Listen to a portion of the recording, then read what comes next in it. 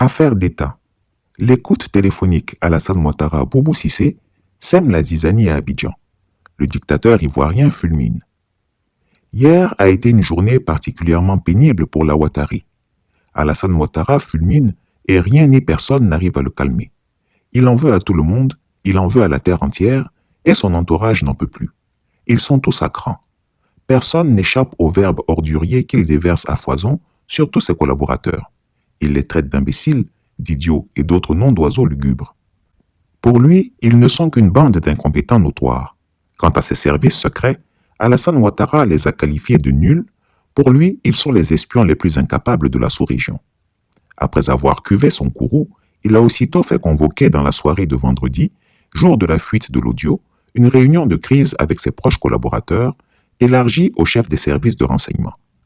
L'objet unique de la réunion trouvait l'origine de l'écoute téléphonique entre Boubou Cissé, ancien premier ministre malien, et lui. Alassane Ouattara a commencé par tenser tous ses sécurocrates sans exception, et dit ne pas comprendre que malgré tous les moyens dégagés, ses équipes n'aient pas réussi à sécuriser ses conversations téléphoniques. Son téléphone est devenu une passoire où tout le monde entend ce qu'il dit, comme s'il l'appelait d'une cabine téléphonique du marché d'Adjamé. Comment, en moins d'un mois, 2 de ses conversations ont pu fuiter et se retrouver sur les réseaux sociaux, a-t-il fulminé. C'est inacceptable, a-t-il martelé. Alassane Ouattara a donc enjoint les responsables des différents services de renseignement et ceux chargés de la sécurité de trouver l'origine des fuites afin que lui, Ouattara, puisse châtier tous ceux qui seraient, de près ou de loin, mêlés à ce crime abominable. Au cours de cette réunion de crise extrêmement tendue, 2 positions sont apparues. La première position est celle d'Alassane Ouattara.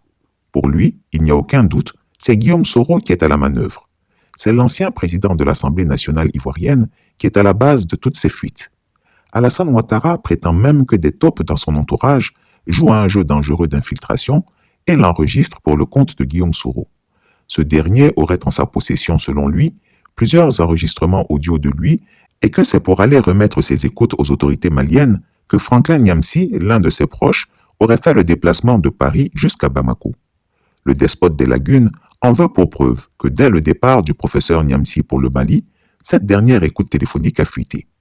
Dans ce pays que nous voulons libre, démocratique et prospère, personne de vous, personne de nous, ne sommes à l'abri des ragots.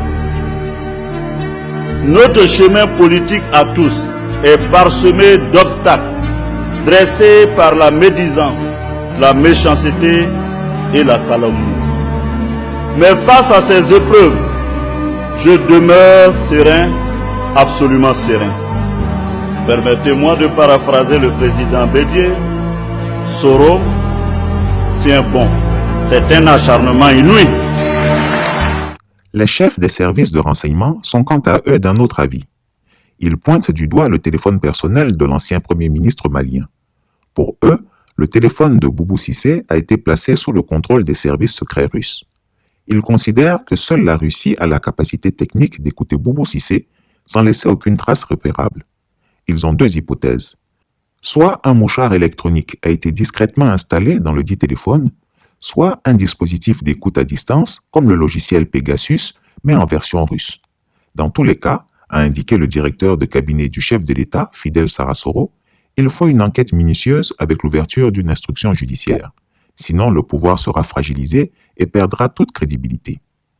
Alassane Ouattara exigea que cette affaire soit rapidement tirée au clair et que tout soit fait pour que l'origine de cet enregistrement soit identifiée et son auteur mis aux arrêts. Aussitôt ordonné, aussitôt exécuté. Les services secrets ivoiriens se sont rendus chez Boubou Cissé et ont récupéré son téléphone pour l'examiner. Ils lui ont expliqué qu'ils avaient des doutes quant à l'intégrité de son téléphone et qu'ils voulaient s'assurer que son appareil n'était pas piégé. Ils lui ont indiqué que pour cela, son téléphone lui serait retiré pour être examiné par les outils techniques des services de renseignement ivoiriens. Mais Boubou Cissé n'y était pas favorable. Dans un premier temps, il s'est expliqué en disant que son téléphone n'était absolument pas en cause, car si tel était le cas, les choses se seraient passées autrement.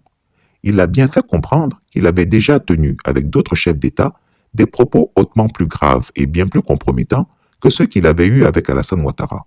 Toutefois, à aucun moment, ces discussions ne se sont retrouvées sur la place publique.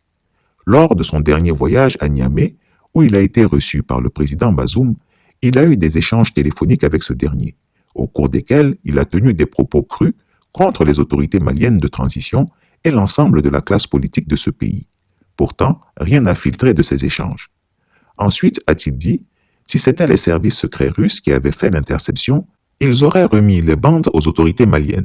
Et connaissant ses frères maliens, ils l'auraient attiré à Bamako pour le mettre aux arrêts, plutôt que de divulguer l'écoute et courir le risque de le voir s'enfuir. Il ne croit donc pas à la thèse de l'espionnage russe. Enfin, il a rappelé que ce n'est pas la première fois qu'un enregistrement audio d'Alassane Ouattara se retrouve sur la place publique. Malgré sa plaidoirie, son téléphone a été réquisitionné pour analyse par les services secrets ivoiriens. Quant à Alassane Ouattara, toute la journée de vendredi, il a refusé de s'alimenter. Il se dit trop humilié pour avoir l'appétit. Même son plat favori de côtelettes de porc arrosées de vin de Bordeaux n'a pas réussi à déclencher sa gloutonnerie. Malgré l'insistance de sa tendre Dominique, il a opposé un niet catégorique avec une voix affaiblie. Il lui a rétorqué qu'il ne comprenait pas qu'à son âge, Guillaume Soro continue à l'humilier sur la place publique. Alassane Ouattara se demande ce qu'il a bien pu faire à celui-ci pour mériter un tel acharnement. Pourquoi Soro publie ma voix sur Facebook? Je suis quand même le président de la République. Regardez aujourd'hui comme tout le monde se moque de moi. C'est inadmissible, a-t-il gémi. Aujourd'hui, la préoccupation de Dominique Ouattara est la santé de son époux qui refuse de se sustenter. C'est une véritable zizanie qui règne au sommet de l'État ivoirien. Tout va à volo. Chris Yapi a fait son travail qui était de divulguer l'information à toute la Côte d'Ivoire. Il revient à l'opposition ivoirienne d'exiger qu'Alassane Ouattara aille s'expliquer devant les députés à l'Assemblée nationale sur cette défaillance attentatoire à la sécurité nationale. Si notre opposition veut être crédible après avoir adoubé le troisième mandat anticonstitutionnel d'Alassane Ouattara, que le président Gbagbo qualifie de coup d'état civil, il faut qu'elle se bouscule un peu et sorte de son coma pour réclamer des explications. En effet, si des individus peuvent avoir aussi facilement accès aux conversations confidentielles du président de la République, qu'en sera-t-il si des terroristes arrivaient à le faire également? Imaginons-nous le nombre de pertes en vie humaine que cela pourrait créer sur le théâtre des opérations, car les ennemis sauront par avance les ordres opérationnels donnés par le chef suprême des armées et pourront ainsi aisément contrer ses plans. Il faut également entendre les patrons des services de renseignement sur les raisons de cette incroyable défaillance du dispositif sécuritaire ivoirien. S'ils sont incapables de sécuriser le chef de l'État, comment pourront-ils sécuriser les millions de citoyens que compte la Côte d'Ivoire? Chris Yapi ne ment pas. Retrouvez Chris Yapi sur son nouveau compte Twitter, ses 2 chaînes YouTube, sa chaîne Dailymotion, Instagram et Mediapart.